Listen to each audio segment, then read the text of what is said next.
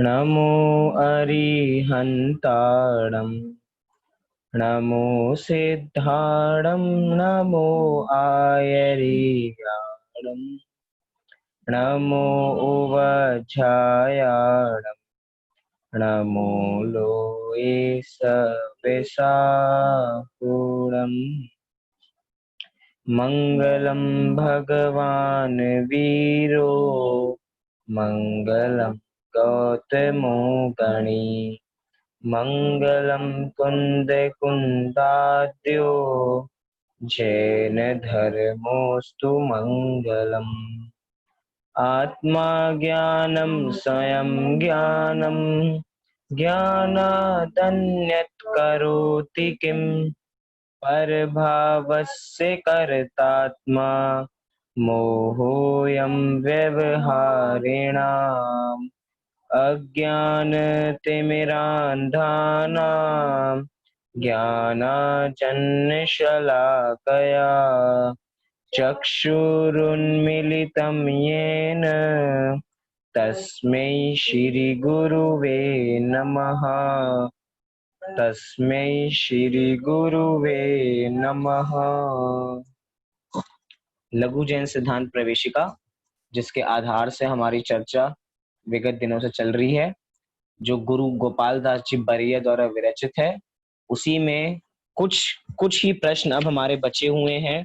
कुल 8 प्रश्न हमारे बचे हैं। उसके बाद हमारी पूरी लघु जैन सिद्धांत प्रवेशिका अर्थात जैन धर्म के जो सामान्य सिद्धांत है, जो हमें प्रत्येक ग्रंथ में, प्रत्येक शास्त्र में सहायक होते हैं, वे सब हमें कार्यकारी हो जाएंगे, शास्त्रों को पढ़ने में कार्यकारी हो जाएंगे। कल तक की कक्षा को अगर देखें तो कल तक की कक्षा में हमने क्या क्या देख चुके हैं। हम मिथ्यात्व का स्वरूप समझ चुके हैं। उसी मिथ्यात्व के स्वरूप के अंतर्गत हमने मिथ्यात्व के 5 भेद देखे थे। कौन कौन से थे 5 भेद? किसी को कुछ याद है 5 भेदों के नाम? कोई बता सकता है 5 भेद के नाम कौन कौन से हैं? हाँ जी, बोलिए शिफाली जी। भैया एकांत, विपरीत, संशय, अज्ञान और विनय। ठीक है, 5 मतलब कि सबसे पहला अपना है एकांत, विपरीत, संशय, अज्ञान और विनय। उसी के बाद हमने देखा कि मिथ्या ज्ञान, मिथ्या ज्ञान कितने प्रकार का है, तो कौन बताएगा कितने प्रकार का है और नाम क्या है इन 3 के? मिथ्या ज्ञान के कितने भेद हैं?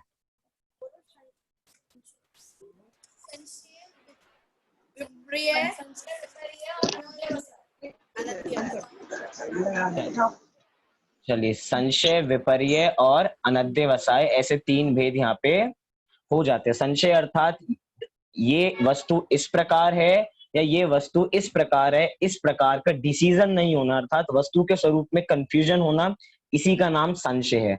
फिर अगला विपर्य अर्थात वस्तु स्वरूप को विपरीत स्वरूप ही मान लेना। मान लेने से अर्थात वो तो श्रद्धान में जाएगा, लेकिन विपरीत ज्ञान हो जाना ये अपने उसमें जाएगा विपर्य ज्ञान में। और फिर अगला क्या है? अनध्यवसाय। कुछ होगा अर्थात लेट गो नेचर वाले जो होते हैं, उनको कुछ संबंध नहीं है कि उस विषय वस्तु के बारे में वो जानने का प्रयास नहीं करते, बस कुछ होगा ऐसे बढ़ के वे आगे बढ़ जाते हैं। तो ये तीनों ही अर्थात संशय, विपर्य और अनध्यवसाय, ये तीनों ही ज्ञान की पर्याय है। ज्ञान की पर्याय तो है, लेकिन कैसी पर्याय है? मिथ्या रूप पर्याय है, सम्यक रूप पर्याय नहीं है। चलिए अपने विषय को आगे बढ़ाते हैं। आप सब अपना पेज नंबर 36 निकाल लीजिए। 36 पेज नंबर में 158 नंबर का प्रश्न क्या है? अविरति किसे कहते हैं? प्रश्न क्या? अविरति किसे कहते हैं? पहले शब्दों से समझ लेते हैं। अविरति का मतलब क्या होता है? मैंने आपको बताया था मतलब नेगेटिव सेंस में। जैसे अनध्यवसाय में जो अन शब्द था, अन भी नेगेटिव सेंस में है अर्थात नहीं के रूप में, न भी नेगेटिव के रूप में और अन भी नेगेटिव रूप में। अब यहाँ पे ऐसा ही शब्द आया अविरति। व्रति अर्थात होता है व्रत सहित होना, और उसके आगे अ शब्द लग जाएगा, अक्षर लग जाएगा, तो उसका अर्थ क्या हो जाएगा? व्रत से रहित होना, अर्थात व्रत नहीं होना। अब क्या व्रत नहीं होना, उसका क्या अर्थ होता है? तो एक बार हम परिभाषा देख लेते हैं, उसके बाद इसका विचार करेंगे। उत्तर: अंतरंग चारित्र संबंधी निर्विकार स्वसंवेदन से विपरीत अव्रत परिणाम रूप विकार को अविरति कहते हैं। बहुत ज्यादा कंफ्यूजन होगी शायद परिभाषा में, बहुत सरल परिभाषा क्या है? अंतरंग चारित्र संबंधी निर्विकार स्वसंवेदन से विपरीत, अर्थात अंतरंग आत्मा का स्वसंवेदन नहीं होना, इसी का नाम क्या है? इसी का नाम अविरति है। अर्थात किसी भी व्रत से बंधना नहीं। अब कोई व्रत नहीं है तो कुछ बाउंडेशन नहीं है, अब हम खुले सांड की तरह विषय कषायों में लग रहे हैं। अब स्व संवेदन करने का अपने पास समय नहीं है, इसीलिए वो लोग अविरति के अंदर आते। कैसे? अंतरंग चारित्र संबंधी निर्विकार स्व संवेदन से विपरीत। क्या होते हैं इनसे विपरीत? 5 इंद्रिय के विषय होते हैं इनसे विपरीत, जीवों की हिंसा होती है इससे विपरीत। अर्थात कोई भी जीव अपनी आत्मा में नहीं रमेगा तो क्या करेगा? बाहर जाएगा और बाहर जाके विषय कषाय में ही लीन होने लगेगा। और ये चारित्र कह रहे हैं अंतरंग चारित्र। अब मुझे बताने की आवश्यकता नहीं कि अंतरंग चारित्र और बहिरंग चारित्र में क्या अंतर होता है। अंतरंग चारित्र वास्तव में आत्मा की लीनता को अंतरंग चारित्र कहते हैं। मतलब क्रिया कांड को, शरीर से कुछ क्रिया करने का नाम चारित्र नहीं, अंतरंग चारित्र संबंधी। और कैसा स्व संवेदन?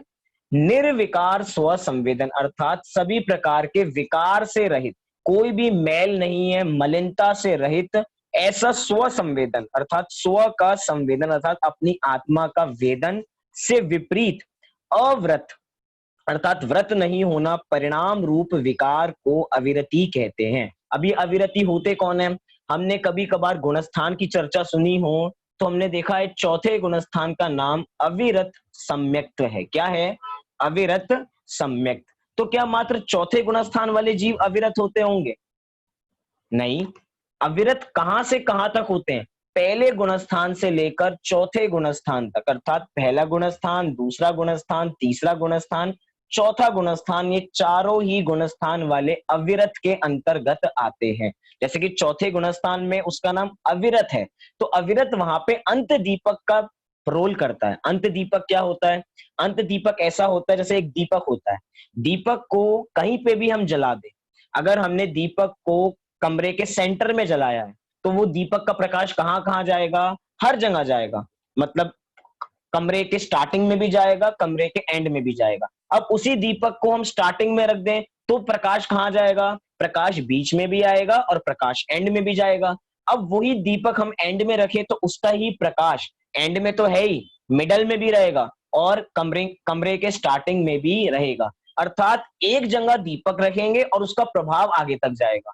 ऐसे ही यहाँ पे जो अविरत सम्यक्त है, अविरत सम्यक्त यहाँ पे अंत दीपक का रोल करता है। अंत दीपक अर्थात अविरत शब्द तो चौथे गुणस्थान में यूज किया है, लेकिन अविरत का प्रकाश कहाँ जा रहा है? उसका प्रकाश पहले तीनों में भी जाता है।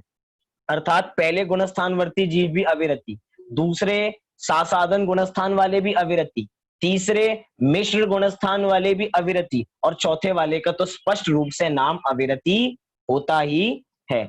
इसीलिए अविरति ये सारे ही होते हैं। लेकिन फर्क क्या है? जो चौथे गुणस्थान के अविरति जीव हैं उनको बाहर में तो कोई व्रत नहीं है, लेकिन अंतरंग में एक कषाय चौकड़ी का अभाव है तो उतनी वीतरागता तो उनके होती है। लेकिन उस एक कषाय चौकड़ी के विद्यमानता में कोई बाह्य आचार व्यवहार में फर्क नहीं दिखता है, इसीलिए उसको चारित्र के रूप में नहीं गिना जाता है। लेकिन स्वरूपाचरण चारित्र एक कषाय चौकड़ी के अभाव पूर्वक तो होता ही है। हम पंचम गुणस्थान की बात करते हैं, जिस समय हम सुबह वाली कक्षाओं में पंचम गुणस्थान को देख रहे हैं तो उसमें भी हम यही चर्चा कर रहे हैं कि पंचम गुणस्थान में जो पहली प्रतिमा है दर्शन प्रतिमा, दर्शन प्रतिमा में और चौथे गुणस्थान को बाहर से देखने पे बाहर दो जीव देखें, एक पंचम गुणस्थानवर्ती दर्शन प्रतिमा वाले और एक चौथे गुणस्थान वाले, तो हमें कोई फर्क नजर नहीं आएगा। और थोड़ा और ज्यादा कह दें कि पहले गुणस्थान वाले खड़े कर दें, चौथे गुणस्थान वाले खड़े कर दें और पंचम गुणस्थानवर्ती दर्शन प्रतिमा वाले खड़े कर दें, तो भी हम बाहर में कोई फर्क देख नहीं पाएंगे। क्यों? क्योंकि बाहर में तो पहले गुणस्थानवर्ती जीव भी इतना अच्छा आचार व्यवहार कर लेता है कि बाहर से लगेगा कि ये इसका आचरण बहुत बढ़िया है। बाहर में देह की क्रियाएं इतनी बढ़िया कर लेता है कि बाहर से लगता है कि सब अच्छा है। ऐसे अपने साथ भी होता है, बाहर से देखने पर सब अच्छे लगते हैं, लेकिन अंतरंग में किसकी कितनी कषाएं हैं किसको क्या पता।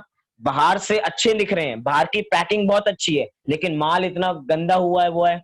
बस बाहर से हमने अपने को अच्छा बना लिया, हमारा अंतरंग पवित्र नहीं है। जब अंतरंग होगा तो बहिरंग तो ऑटोमेटिक पवित्र हो ही जाएगा।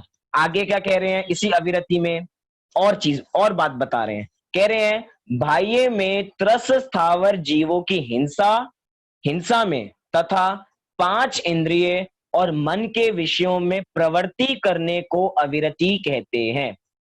किसको अविरति कहते हैं? बाह्य में त्रस स्थावर जीवों की हिंसा करने में, अर्थात अभी इसको किसी प्रकार के व्रत नहीं है, तो एक तरीके से ये खुलम मतलब बिल्कुल खुला होके त्रस जीवों की तो हिंसा करता ही है, स्थावर जीवों की भी हिंसा करता है। जैसे ही कोई जीव ऊपर बढ़ जाता है, अर्थात उसका गुणस्थान बढ़ जाता है, अपनी आत्मा को जानने लग जाता है, तो कम से कम वो त्रस हिंसा से तो रहित हो जाता है। और स्थावर हिंसा भी भूमिका अनुसार होती है तो होती है, नहीं तो हिंसा करने के भाव नहीं रहते। लेकिन इस अविरति के तरस हिंसा भी होती है और स्थावर हिंसा भी होती है। वो स्थावर अर्थात उसमें 5 आ जाते हैं, जल कायिक, अग्नि कायिक, वायु कायिक, वनस्पति कायिक और पृथ्वी कायिक। तो ये 5 आ गए। और अपने त्रस के अंदर 2 इंद्रिय, 3 इंद्रिय, 4 इंद्रिय, असंगी पंचेंद्रिय और संगी पंचेंद्रिय, ये सब किस में आ जाते हैं? ये सब त्रस में। तो एक तरीके से बाह्य में त्रस स्थावर जीवों की हिंसा होती है।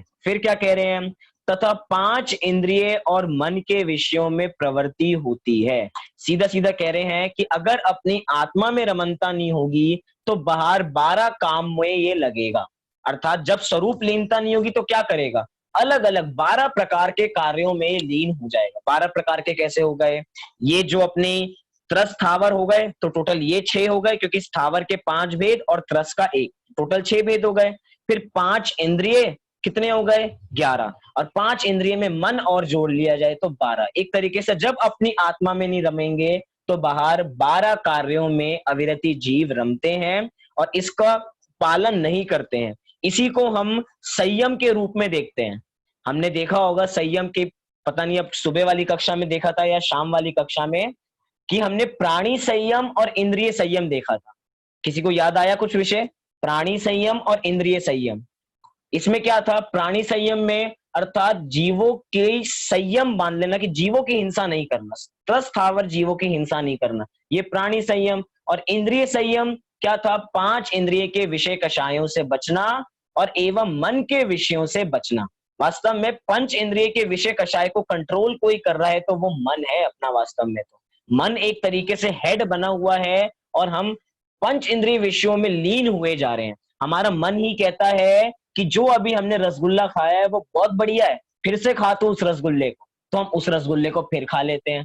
ऐसे ही पाप के साथ होता है कि जब हमें पाप कार्य अच्छे लगते हैं, जब पाप कार्य से थोड़ा मुनाफा अच्छा होता है, कार्य तो हमने 5 इंद्रियों के माध्यम से किए थे, लेकिन मन में जो लालच आया, मन में जो विकल्प आया, वो मन का विकल्प 5 इंद्रिय के विषय कषायों को बढ़ावा देता है, उसमें ही लीन करता है। इसीलिए मन वचन काय को सीमित करने का नाम संयम कहा था। लेकिन अविरति जीव क्या है? अविरति जीव की किसी प्रकार की कोई व्रत नहीं होता, तो खुला, जैसे कि उसको लाइसेंस मिल गया हो त्रस स्थावर जीवों की हिंसा करने का या 5 इंद्रियों में रमने का, ये उसको जैसे लाइसेंस मिल गया हो मन के विषयों में रमने का, तो वो इन्हीं कार्यों में लगा रहता है। और अगला प्रश्न भी इसी को लेके है कि अविरति के कितने भेद होते हैं?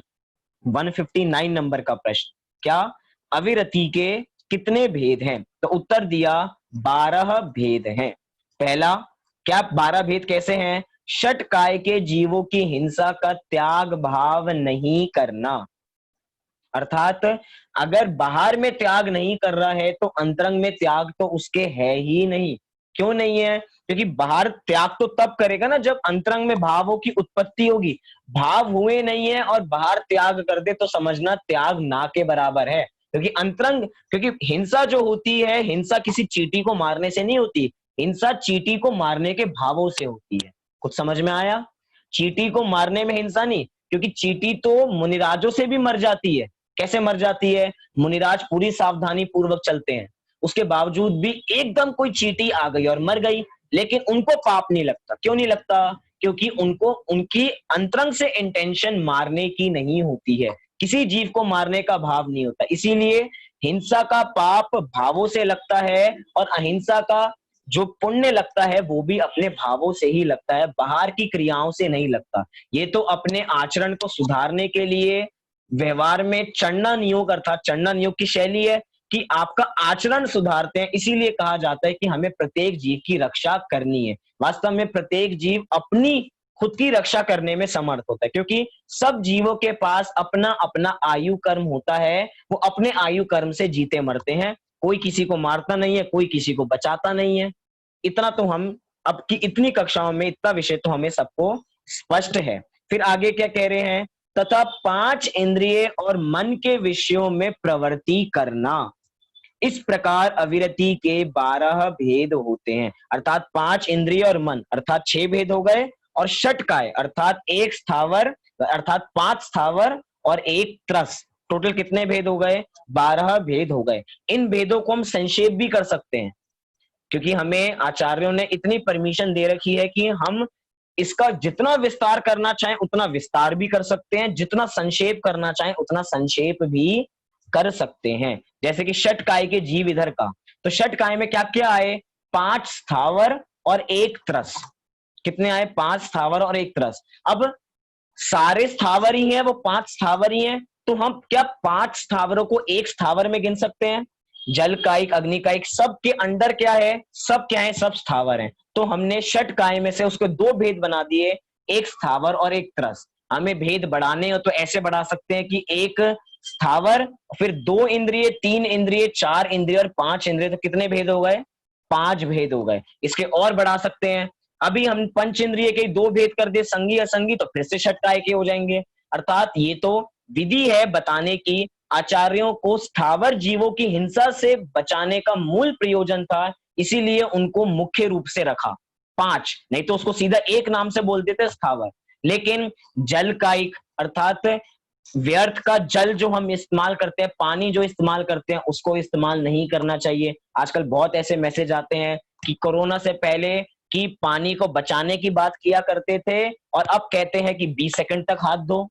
अब 20 सेकंड तक हाथ धोंगे, और कितनी बार धोना, कि बहुत बार धोना दिन में। अब बहुत बार 20 सेकंड तक धोएंगे तो कितना पानी वेस्ट होएगा, बार बार बार बार। मतलब कि एक तरीके से आचार्यों की शुरू से दृष्टि ये रही है कि जीवों की हिंसा नहीं होनी चाहिए, जीवों की विराधना हमारे माध्यम से नहीं होनी चाहिए। क्यों? क्योंकि हमको पता है कि वो जीव हमारे समान है।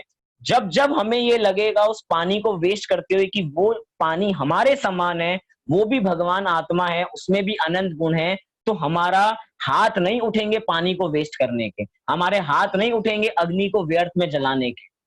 मतलब अभी अपने को विचारना चाहिए कि हम कितने पानी में हैं और कितना उससे ऊपर है, क्योंकि अविरति हमारा सब कुछ बता रहा है। मैं तो कह रहा हूं कि हम सुबह की कक्षा में पंचम गुणस्थान के बारे में जान रहे हैं, तो कोई कुछ लोग कह सकते हैं हमें तो पंचम गुणस्थान है ही नहीं, हमें तो 11 प्रतिमा है ही नहीं, तो हम क्यों जान रहे हैं? भैया हम इसीलिए जान रहे हैं क्योंकि हमें वैसा बनना है, जो हमारे आदर्श होते हैं उसको फॉलो किया जाता है। हम अविरति का स्वरूप इसलिए जान रहे हैं, कम से कम पता तो लगे, पाप को कम से कम पाप तो माने। हमें पानी वेस्ट करना नहीं लगता है, हमें व्यर्थ के कार्य जो अनर्थ के कार्य हैं, हमें अनर्थ के कार्य लगते नहीं है। कम से कम विषय क्लियर होगा तो पाप करते हुए ये तो लगेगा कि कम से कम कुछ गलत काम कर रहे हैं, इतना सा लगेगा ना कि पाप करते हुए पाप हमें लगे, उसका भाव भासना हो कि हाँ हम कुछ गलत काम कर रहे हैं, उतना ही काफी है। कभी ना कभी ये समय भी आएगा कि हम उससे भी रहित हो जाएंगे।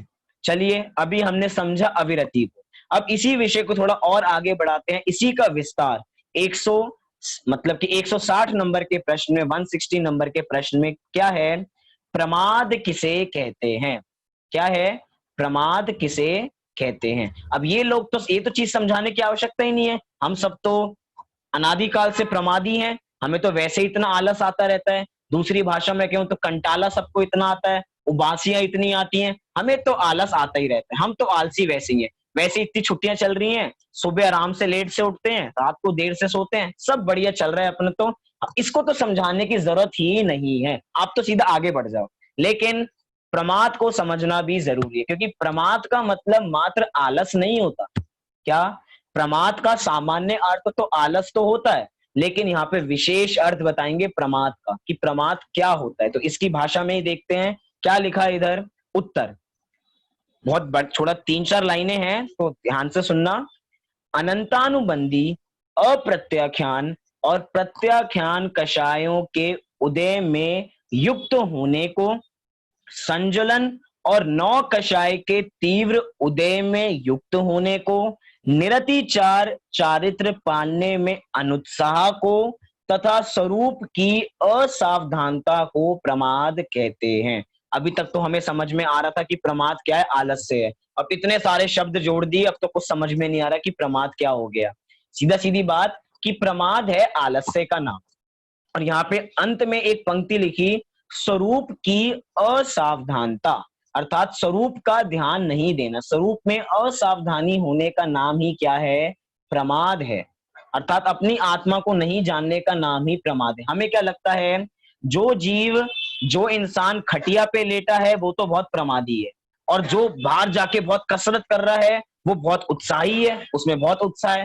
भैया जैन शास्त्र कह रहे हैं जो खटिया पे लेटा है वो तो प्रमादी है ही है, जो घर के बाहर जाके पसीना बह के जो आ रहा है वो भी प्रमादी है। ये कैसे प्रमादी हो गया, इतना तो काम करता है, वो कैसे प्रमादी? भैया प्रमादी मतलब होता है, जैन दर्शन में प्रमाद का मतलब स्वरूप में असावधानी, और स्वरूप में असावधानी का मतलब क्या है, अपनी आत्मा को नहीं जानने का नाम। वो खटिया पे लेटा हुआ जीव भी अपनी आत्मा को जानने का काम नहीं कर रहा, तो वो भी स्वरूप में असावधान है, अर्थात उसकी सावधानी भी सही नहीं है। और जो बाहर इतनी मेहनत करके आ रहा है, पसीने बह के आ रहा है, वो क्या है, वो भी प्रमादी है। क्यों? क्योंकि वो भी अपने स्वरूप में नहीं रमता है। अब स्वरूप में नहीं रमने रूपी ये कार्य है, स्वरूप में रमने रूपी, स्वरूप में नहीं रमने रूपी ये कार्य है, इसके पीछे का कारण ढूंढिए। कारण क्या है, वो जीव अपने स्वरूप में क्यों नहीं रम पा रहा है? तो कारण मिलेगा कषायों का उदय। कषायों का उदय है, इसी के कारण वे जीव अपनी आत्मा में नहीं रम पा रहा है। कौन सी कषायों का उदय है? तो क्रोध, मान, माया, लोभ, इन चार कषायों का उदय है। चार कषायों का उदय, हमारा थोड़ा स्तर बढ़ गया है, ये बच्चों वाली कषाय हो गई, चार कषाय। बोलिए अर्पित जी, आपका कोई प्रश्न है?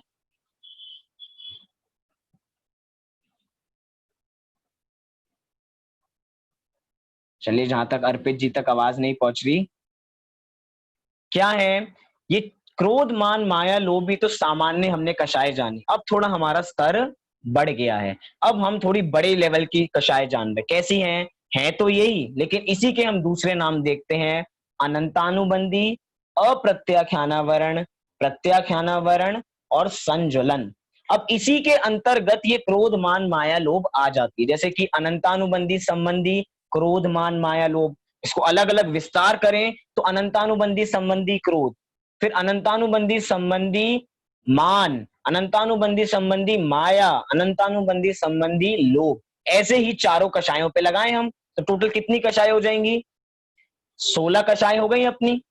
अनंतानुबंधी, अप्रत्याख्यानावरण, प्रत्याख्यानावरण और संजलन, और इसी को चार बाय मतलब चार चार चार, हर की चार चार लगाएं तो अपने पास 16 कषाएं हो जाती हैं। तो यहाँ पे यही कह रहे हैं, प्रमाद क्या है, अर्थात स्वरूप में नहीं रमेंगे तो ये कार्य है, उसके पीछे का कारण कि इन कषायों का उदय, अनंतानुबंधी कषाय का उदय, अप्रत्याख्यानावरण कषाय का उदय, प्रत्याख्यानावरण कषायों के उदय से युक्त होने पर क्या होता है, संजलन और नौ कषाय के तीव्र उदय में युक्त होने को, अर्थात इन तीन कषायों का उदय तो है ही, और साथ ही साथ संजलन और 9 कषाय का तीव्र उदय है। और क्या हो रहा है, निरतिचार चारित्र पालने में अनुत्साह को तथा स्वरूप में असावधानता को प्रमाद कहते हैं। अर्थात जब जब इन कषायों का उदय रहता है तो हमारा चारित्र जो होता है, हम चारित्र का पालन नहीं कर पाता। कैसे चारित्र का पालन? निरतिचार। कैसा चारित्र? निरतिचार, अर्थात जिसमें कोई दोष ना लगते हों। 3 शब्द, निरतिचार, अनाचार और अतिचार। कौन से 3 शब्द हो गए? निरतिचार, अनाचार और अतिचार। अतिचार क्या होता है? जो दोष हमसे भूलवश हो जाते हैं और उसका प्रायश्चित संभव होता है। अनाचार क्या है? जो हमने कार्य अभिप्राय पूर्वक किया हो, कि हमें पता है कि ये गलत है, उसके बावजूद भी करना, वो तो अनाचार के रूप में। और निरतिचार अर्थात जो भी हम व्रत का पालन कर रहे हैं उसमें किसी प्रकार का दोष नहीं लगना, निरतिचार, इसका नाम है निरतिचार चारित्र। तो अब यहाँ पे क्या होता है, ये जीव जो प्रमादी जीव है, जो कषायों से युक्त है, उसका निरतिचार चारित्र पालने में अनुत्साह होता है, अर्थात बिल्कुल ही किसी कार्य में उसका उत्साह नहीं है। उसको कहेंगे कि भैया मंदिर चले जाओ, मंदिर कौन जाए, अनुत्साह है उसका मंदिर जाने में। स्वाध्याय कर लीजिए, स्वाध्याय करने से थोड़ा अच्छा होगा, आपकी पुण्य का उदय होगा, तो पुण्य के उदय से स्वाध्याय करने को मिला है, अब थोड़ा सा पुरुषार्थ और कर लीजिए तो आपको आपकी आत्मा समझ में आ जाएगी। उसको कुछ बातें समझ में नहीं आती, क्यों? क्योंकि कषायों का उदय इतना है, कषायों का वेग इतना है कि बाहर में कोई व्यवहार, कोई चारित्र का पालन हो ही नहीं पाता। और इसी कारण क्या होता है, स्वरूप की असावधानी होती है। क्या होती है? स्वरूप की असावधानी। जब अपनी आत्मा में नहीं रमेगा तो बाहर के विषयों में ही जाएगा। अब थोड़ा सा प्रश्न हो सकता है हमारे साथ, स्वरूप की असावधानी प्रमाद में भी है और स्वरूप की असावधानी अविरति में भी है, तो अविरति और प्रमाद में अंतर क्या हुआ? कुछ प्रश्न समझ में आया? स्वरूप की असावधानी तो अविरति में भी थी, क्योंकि उसमें भी हम व्रतों का पालन नहीं करते तो अपने स्वरूप में नहीं रम पाते। और प्रमाद के अंदर भी क्या है कि प्रमाद का उदय होता है, अर्थात कषायों का उदय होता है, तो अपनी आत्मा में नहीं रम पाते। तो अंतर क्या हुआ? सीधा सरल सा अंतर है, बहुत सरल अंतर है कि अविरति में तो जीव अंतरंग से बाहर चला जाता है, अब वो विषयों में रम चुका है, वो विषयों की ओर जा चुका है, ये हो गया अविरति। अब बाहर से अंदर नहीं आने का जो अनुत्साह है उसका नाम प्रमाद है। मतलब बाहर, अंदर से बाहर जाना वो है अविरति, अर्थात अंदर नहीं आने का नाम ही अविरति है। विषयों में लगना वो क्या है? अविरति। और उसको समझा दिया, बुझा दिया, सब कुछ कर दिया, उसके बावजूद भी अनुत्साह, अर्थात सुनने का अनुत्साह, स्वाध्याय करने का अनुत्साह, अर्थात मन ही नहीं करना, अर्थात उस कार्यों में जो बढ़िया कार्य हैं उन कार्यों में नहीं लगना, अपनी आत्मा को जानना नहीं, इससे अरुचि करना। कभी कभार ऐसा होता है ना, स्वाध्याय कर लीजिए, स्वाध्याय करना अच्छा होता है, तो लोग भागते हैं स्वाध्याय करने के नाम से। क्यों भागते हैं? क्योंकि उनका मन नहीं लगता, कहते हैं हमें तो कुछ समझ में ही नहीं आता। समझ में भैया सबको सब कुछ आता है। वो जो बाहर के लौकिक हम संसार चलाते हैं, लौकिक अपना व्यापार चलाते हैं, तो व्यापार में तो अपनी बुद्धि पूरी लगाते हैं, लेकिन जैसे ही धर्म कार्य की बात करते हैं तो कहता है कि मेरी बुद्धि नहीं चलती, कहता है मेरे में उपयोग नहीं लगता मेरा। लेकिन ऐसा कैसे हो सकता है कि हमारा उपयोग उसमें ना लगे? उपयोग तो लगेगा, लगाने से लगता है, ऐसे नहीं लगता है। जब उत्साह बाहर के कार्यों में होता है तो यहां भी इसका उत्साह होना चाहिए। चलिए, ये हुआ अपना प्रमाद। आगे बढ़ते हैं। अब यहीं पे प्रमाद के अलग अलग भेदों के बारे में बता रहे हैं कि प्रमाद के कितने भेद होते हैं। 161 नंबर का प्रश्न, प्रमाद के कितने भेद हैं? तो उत्तर दिया कि प्रमाद के 15 भेद हैं। कितने भेद? 15। प्रमाद इज इक्वल्स टू आलस्य, ये तो है ही है, लेकिन अब यहाँ पे प्रमाद के 15 भेदों का स्पष्टीकरण किया जा रहा है। कौन कौन से 15 भेद हैं? तो पहला बताया 4 वी कथा। क्या? 4 वी कथा। वी कथा अर्थात विशेष कथा, ऐसा नहीं, जो बुरी कथा है, जो विषय कषायों में हमको लगाती हैं, ऐसी कथाओं का नाम वी कथा होता है। सीधा साधा कि जो अपने स्वरूप में सावधानी नहीं करने दें, ऐसी कथाओं को वी कथा कहा जाता है, अर्थात जो अपनी आत्मा में हमें जाने ना दें, ऐसी कथाएं। और कितनी होती हैं वो कथाएं? वो होती हैं 4 कथाएं। पहली कथा क्या है? स्त्री कथा, अर्थात स्त्री, पुरुष स्त्री के बारे में हर समय सोचते रहें और पुरुष हर समय स्त्रियों के बारे में सोचते रहें, तो ये क्या है? अपनी स्त्री कथा। आचार्य पुरुष थे तो उन्होंने अपनी अपेक्षा से स्त्री कथा लिखा। अब कोई स्त्री है तो वो उसके अंदर अपनी पुरुष कथा लगा लें कि बार बार पुरुषों के संबंध में बात करना, और स्त्री पुरुषों के संबंध में लगा लें। अर्थात ये जो कषाएं होती हैं वो अभी अपनी आत्मा में हमें रमने नहीं देंगे, क्योंकि हर समय विषय कषायों की ओर अपनी दृष्टि जाएगी। अगली क्या है? राष्ट्र कथा। राष्ट्र कथा क्या? मोदी जी को क्या करना चाहिए? आज मोदी जी ने 4 बजे आए थे तो मोदी जी ने क्या कहा? आज मोदी जी कोरोना वायरस के संबंध में क्या कहने वाले हैं? 6वीं बार इस बार मोदी जी आ रहे हैं तो क्या कुछ नया कहेंगे? कांग्रेस को ऐसा करना चाहिए, राहुल गांधी ने ये कह दिया, बीजेपी ऐसा कर रही है, मैं होता तो मैं ये करता।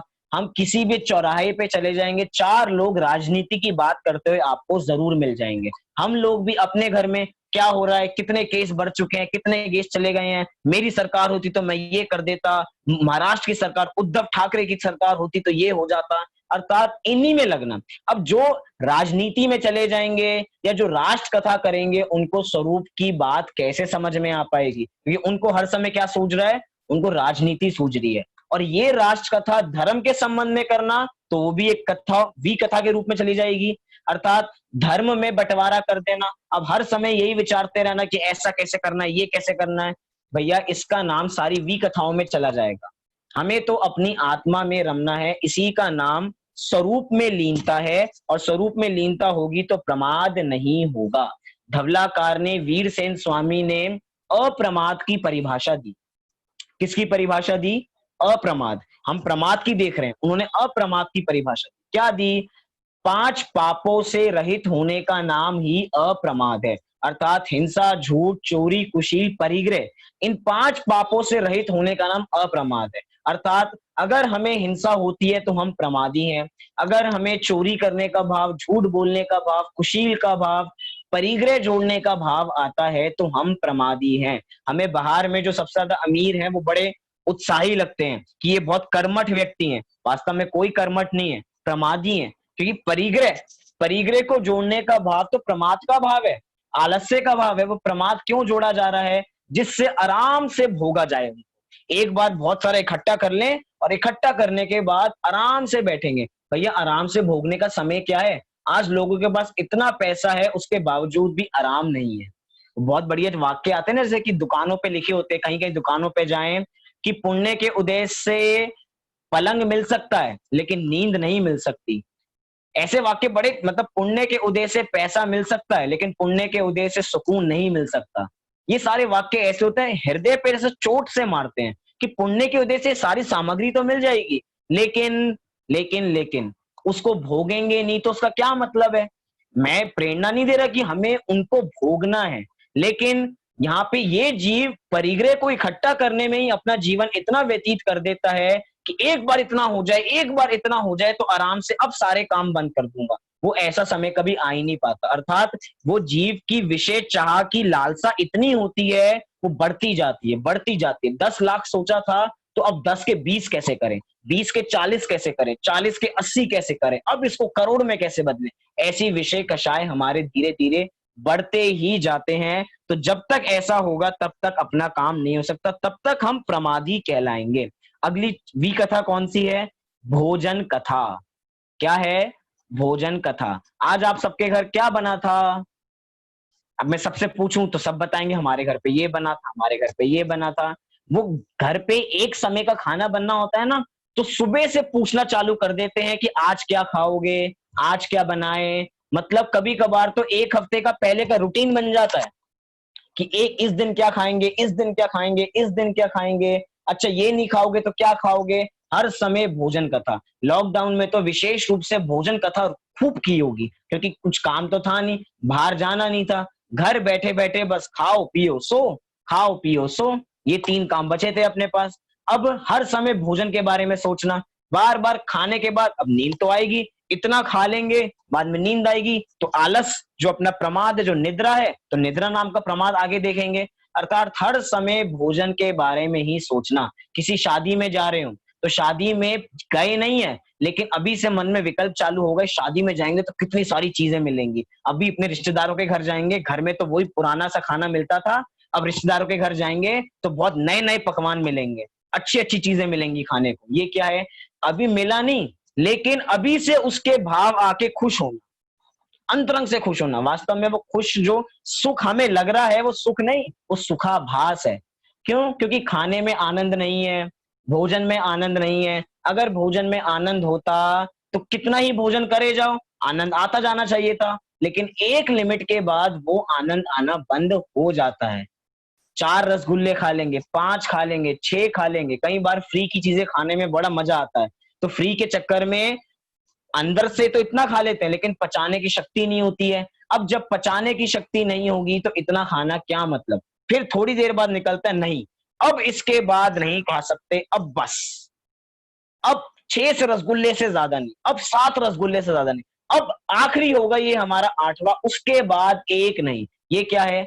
एक नहीं। अगर रसगुल्ले खाने में आनंद था तो और खाओ, हम तो और ला रहे हैं। रिश्तेदारों के घर तो कितने ही मांगो मिलेंगे, क्योंकि हम तो मेहमान बन के आए, अतिथि बन के आए हैं, जितना बोलो उतना मिलेगा। लेकिन कहीं ना कहीं तो रोक लगानी ही पड़ती है। क्यों रोक लगानी पड़ती है? क्योंकि भोजन में आनंद नहीं है। भोजन को खाने से अगर सब जीव सुखी होते तो हमने तो कितना अनाज खा लिया, उसके बाद भी सुखी नहीं हुए। और भोजन में वास्तव में सुख नहीं है। अगर भोजन में सुख होता तो नारकी जीव छेडालाकार ने, दौलत राम जी ने क्या कहा? छेडाला में एक दाना खाने को नहीं मिलता, उसके बावजूद भी उनकी आयु कितनी होती है? मिनिमम से मिनिमम आयु 10,000 वर्ष की। और हम क्या कहते हैं? हमें खाना नहीं मिलेगा, तो हम तो बिल्कुल सूख चुके हैं। देखो कितने सूख गए हैं। हम रिश्तेदारों के घर जाएं तो बार, अरे तुम तो पहले हट्टे कट्टे थे, अब तो सूख गए हो, खाना पीना नहीं खाते क्या? चलो ठीक है, हम तुम्हें खाना खिलाएंगे, खूब पिलाएंगे, खूब बढ़िया होके जाओगे। मतलब क्या? खाने से मानना कि हम तंदुरुस्त होते हैं। भैया खाने से कुछ नहीं होता, खाने से लंबी आयु नहीं होती। कई लोग कुछ नहीं खाते तो इतने मोटे फूल जाते, जैसे कि हवा ही उनमें भर दिए तो हवा से फूल गए हो। और कुछ लोग इतना खा लेते हैं उसके बावजूद भी सूखी हड्डी रह जाते हैं। ऐसा क्यों होता है? क्योंकि खाने में कुछ नहीं है। लेकिन हर समय खाने का विचार करना ये भोजन कथा के रूप में जाता है। अगला क्या? राज कथा, अर्थात एक तरीके से राष्ट्र कथा से मिलता जुलता है। कहीं कहीं चोर कथा भी मिलती है। चोर की कथा करना कि ऐसे चोरी करना या वैसे चोरी करना, चोरों की प्रशंसा करना, इसने ऐसी चोरी की, इसने वैसी चोरी की। एक तरीके से सीधा सीधा हमें विषय कषाय में लीन करने की चार कथाएं होती हैं।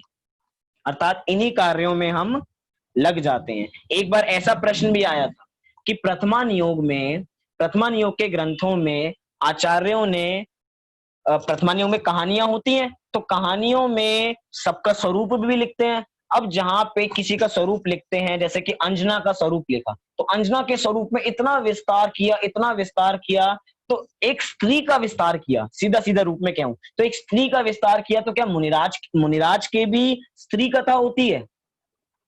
कुछ आपको विषय समझ में आया? कुछ मेरा प्रश्न कि मुनिराजों ने प्रथमा नियोग के ग्रंथ लिखे तो वहां पे स्त्री का पूरा वर्णन आता है, पुरुष का पूरा वर्णन आता है। और प्रथमा नियोग के ग्रंथों में क्या होता है? खुलासा होता है। एक नाम के आगे 10 विशेषण लगाते हैं और उन 10 विशेषणों को समझाने के अलग अलग उदाहरण देते हैं। अब वो अलग अलग उदाहरण किसके लिए दिए जा रहे हैं? रावण के लिए दिए जा रहे हैं एग्जाम्पल के लिए, या किसी के लिए भी दिए जा, अंजना के लिए दिए जा रहे हैं, किसी के लिए भी। अब क्या ये कथा भी स्त्री कथा में आती है?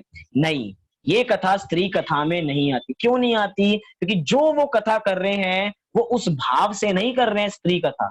वो अंत में वीतरागता को हितकर बताने वाले हैं। प्रथमा नियोग के ग्रंथ और सामान्य कहानी में अंतर क्या है? सामान्य कहानी में तो ये होता है राजा रानी मिले, उनकी शादी हुई और कहानी अपनी खत्म हो गई। राणा मतलब वो मर गए और कहानी खत्म। लेकिन अपनी जैन दर्शन की कहानियों में क्या होता है? वहां पे अंत में वीतरागता को हितकर बताया जाता है। मुनिराज कितनी ही उसकी विस्तार करें, लेकिन अंतरंग में प्रयोजन उस विस्तार का भी वीतरागता को हितकर बताना है।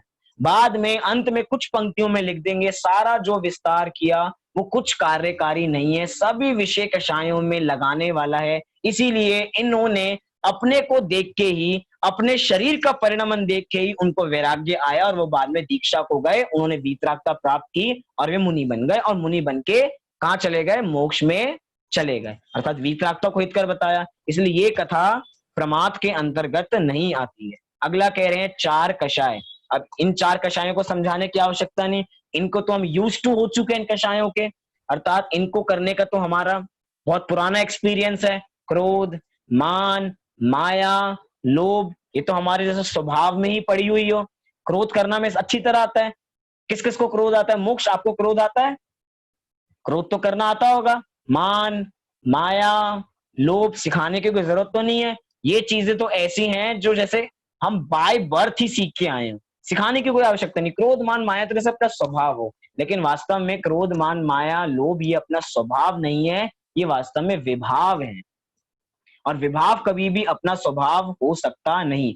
विभाव कभी भी स्वभाव के सामने टिकता नहीं है और स्वभाव कभी भी विभाव के सामने हटता नहीं है। उसका विभाव नहीं होता। स्वभाव का कभी विभाव नहीं होता और विभाव कभी स्वभाव नहीं होता। अर्थात क्रोध, मान, माया, लोभ ये विभाव तो हैं, विशेष प्रकार के भाव हैं जो आत्मा में उत्पन्न होते हैं, लेकिन अपने नहीं है।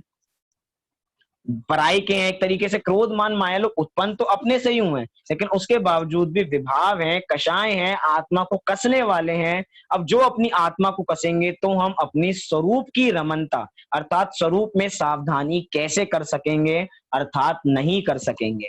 आगे कह रहे हैं 5 इंद्रियों के विषय अर्थात स्पर्शन, रसना, गंध, वर्ण और शब्द। 5 इंद्रियों के विषय, इनमें ही हम लगे रहते हैं। पूरी आप सुबह से उठाइए, सुबह से लेके रात तक की लिस्ट बनाइए, तो उसमें हम 5 इंद्रियों को भोग रहे हैं। स्पर्शन, रसना, इंद्रिय। आप हम एक पलंग पे लेटते हैं ना, रात को सोते हैं, तो पलंग कैसा होना चाहिए? बिल्कुल साफ सुथरा होना चाहिए, बिल्कुल कोमल होना चाहिए। अगर थोड़े से कांटे रखे हो वहां पे तो सुहाता नहीं है हमें। बिल्कुल मखमल जैसे गद्दे होने चाहिए, बिल्कुल साफ चादर बिछी होनी चाहिए, क्योंकि स्पर्शन स्पर्शन इंद्रिय का लोभ है। अब स्पर्शन इंद्रिय के लोभ में वो करते हैं।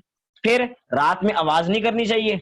रात में अगर बाहर कुत्ते भौंक रहे हो तो नींद नहीं आ पाती है, बाहर कोई डीजे बजा रहा हो तो नींद नहीं आती, बिल्कुल शांति चाहिए। अर्थात हर प्रकार से विषय कषायों को भोगते हैं। उस समय एसी की हवा चाहिए, ठंडी हवा चाहिए, ठंडी हवा आएगी तभी सो पाएंगे, नहीं तो हमें नींद नहीं आ पाएगी। स्पर्शन, रसना, इंद्रिय अर्थात एक एक कार्य में हम 5 इंद्रियों को भोगते हैं।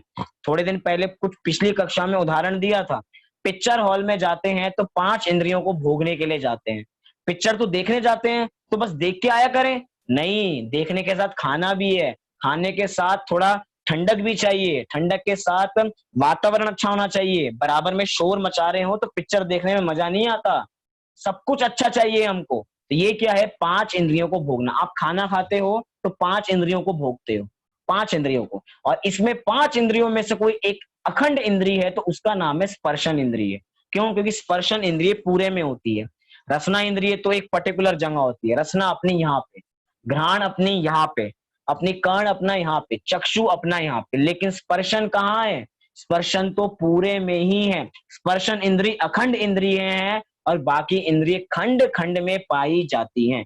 अब एक बार हमने अपनी स्पर्शन इंद्रिय को कंट्रोल कर लिया तो समझना बाकी इंद्रिय भी कंट्रोल में आ जाएंगे।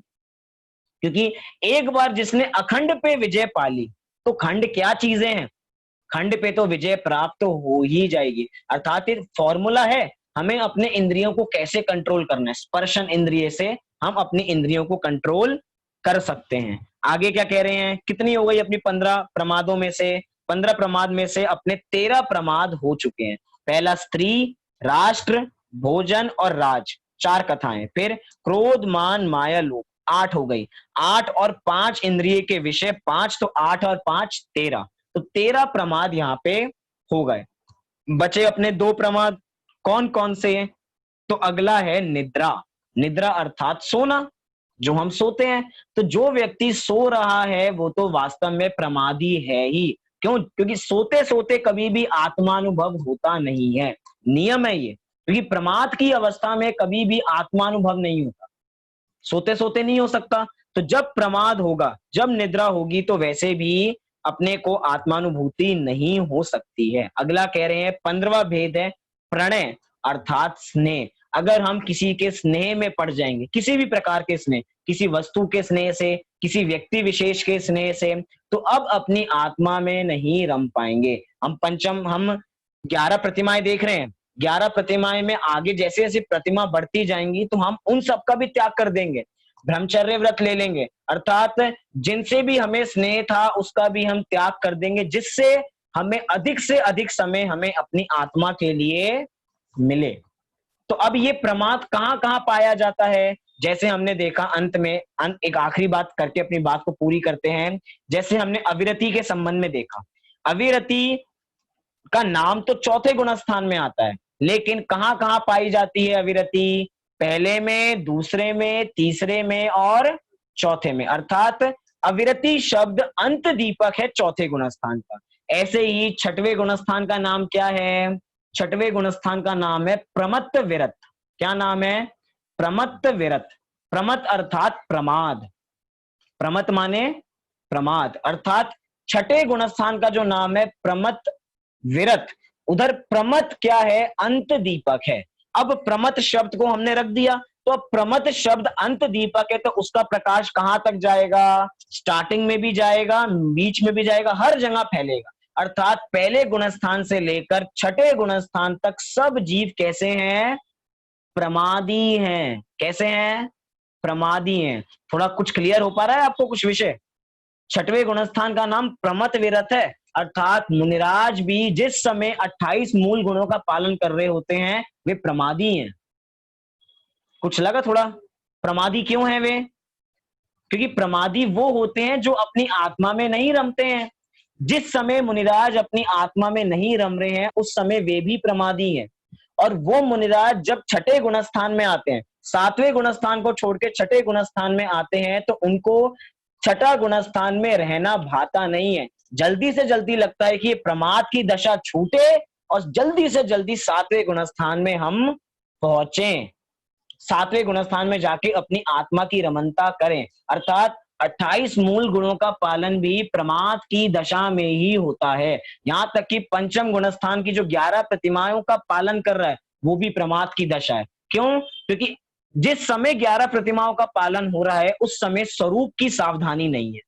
स्वरूप की सावधानी नहीं है तभी तो बाहर में आके काम कर रहे हैं। अगर स्वरूप की सावधानी होती तो बाहर आने की आवश्यकता ही नहीं पड़ती। अगर अपना उपयोग अपनी आत्मा में लगा होता, अगर अपना उपयोग शुद्धोपयोग रूप में होता, तो उस उपयोग को शुभ का आलंबन लेना ही नहीं पड़ता, उस उपयोग को शुभोपयोग बनना ही नहीं पड़ता। लेकिन अगर वो उपयोग शुद्धोपयोग को छोड़ के शुभोपयोग में आया है, समझना वो प्रमाद की दशा है। तो पहले गुणस्थान से लेकर छठे गुणस्थान तक के सब जीव कैसे हैं? कैसे हैं? प्रमादी हैं। और जैसे ही सातवें गुणस्थान पे हम जाते हैं तो सातवें गुणस्थान का नाम क्या है? अप्रमत विरत। क्या नाम है? अप्रमत विरत। अब यहाँ पे अप्रमत जो शब्द है, कौन सा शब्द? अप्रमत, अर्थात प्रमाद नहीं होना। ये है आदि दीपक। ये क्या है? ये है आदि दीपक। अब सातवें गुणस्थान से प्रमाद की दशा छूटती है तो कहां तक छूटती है? आगे के सभी गुणस्थानों में प्रमाद की दशा छूट जाती है। एक तरीके से छठा सातवां ये बीच के ऐसे पॉइंट्स हैं कि छठवें गुणस्थान से छठवें गुणस्थान में और छठवें गुणस्थान से पहले में प्रमाद है, और सातवें गुणस्थान में और सातवें गुणस्थान से सारे आगे के गुणस्थानों में प्रमाद नहीं है। अर्थात 15 प्रकार के जो प्रमाद हैं वो नहीं पाए जाते हैं। तो इतना सब हमने प्रमाद और अविरति के संबंध में समझा। अब आपको इसके संबंध में कुछ प्रश्न हो तो आप पूछिए। और जहां तक लघु जैन सिद्धांत प्रवेशिका हमारी कल की कक्षा में पूरी हो जाएगी, क्योंकि अब 4 प्रश्न ही हमारे बचे हुए हैं। चलिए, अभी आपको कोई प्रश्न हो तो आप पूछिए 4 के संबंध में। अभी हमने 4 प्रश्न देखे। बोलिए मोक्ष। भैया फिर लघु जैन सिद्धांत प्रवेशिका के बाद आप हमें क्या पढ़ाओगे? अच्छा, ये आपका प्रश्न है कि लघु जैन सिद्धांत प्रवेशिका के बाद हम क्या देखेंगे। अभी बहुत सारे विकल्प तरंगे मन में उठ रही हैं कि क्या विषय लिया जाए और क्या नहीं लिया जाए। एक बार लगता है कि आत्मा की शक्तियां लें, एक बार लगता है कि अपन द्रव्य संग्रह लें या इष्टोपदेश लें, 16 कारण भावनाएं लें। अब थोड़ा सा विचार करते हैं, आप भी थोड़ा बताना। जो बहुलता होगी और जिस विषय की मेरी भी कमांड होगी उस विषय पे हम चर्चा अवश्य करेंगे।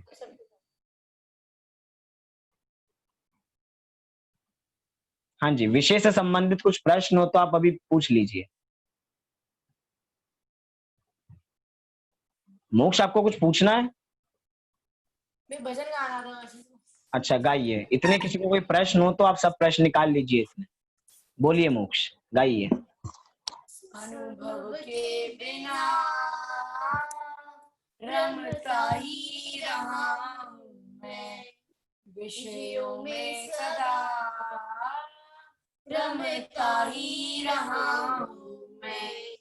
कभी स्वर्ग गया, कभी नरक गया, कभी मानव बना, तेरे अंश बना। कभी भोगों में, कभी रोगों में, रुलता ही रहा हूँ मैं। स्वानुभव के बिना रमता ही रहा हूँ मैं। निज आत्म को कभी जाना नहीं, निज परमात्म पहचाना नहीं। कभी शास्त्रों को, कभी सूत्रों को रटता ही रहा हूँ मैं स्वानुभव के बिना रमता ही रहा हूँ मैं, विषयों में सदा रमता ही रहा हूँ।